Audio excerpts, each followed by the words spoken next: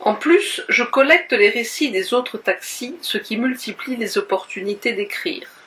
Hélène m'a conseillé cette méthode. Tu n'as plus d'idée de fiction, alors décris la réalité, tu ne risques rien à essayer. Au pire, tu exerces ton style, au mieux, tu réveilles ta muse.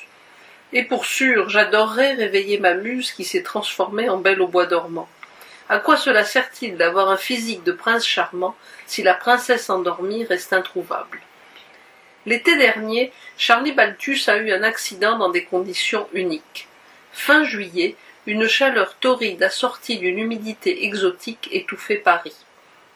Charlie avait chargé 3 clients dans une rue de Neuilly près de la mairie.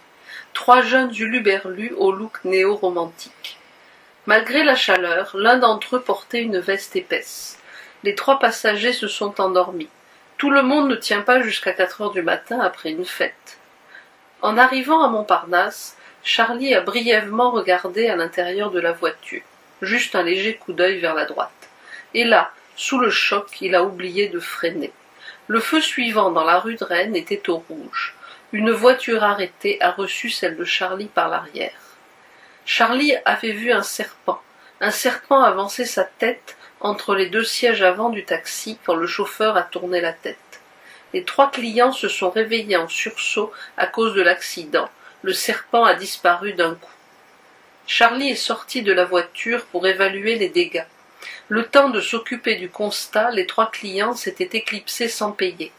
Les policiers, alertés, n'ont pas cru un seul mot de la version que Charlie leur a servie pour expliquer l'accident. Ils ont ri et ri encore. Charlie a subi un alcotest, un interrogatoire musclé, mais rien n'y a fait. Il a maintenu sa version des faits. Je connais Charlie mieux que la police. Il n'aurait jamais inventé une histoire pareille. Le monde sur lequel Charlie exerce son imagination se limite au championnat de France de foot. Pour le loto, il se joue les rencontres par avance et en déduit les pronostics. Pour le reste, son esprit se concentre sur les rues de Paris et de sa banlieue et les matchs à la télé. Ce serpent a existé, j'en suis persuadée.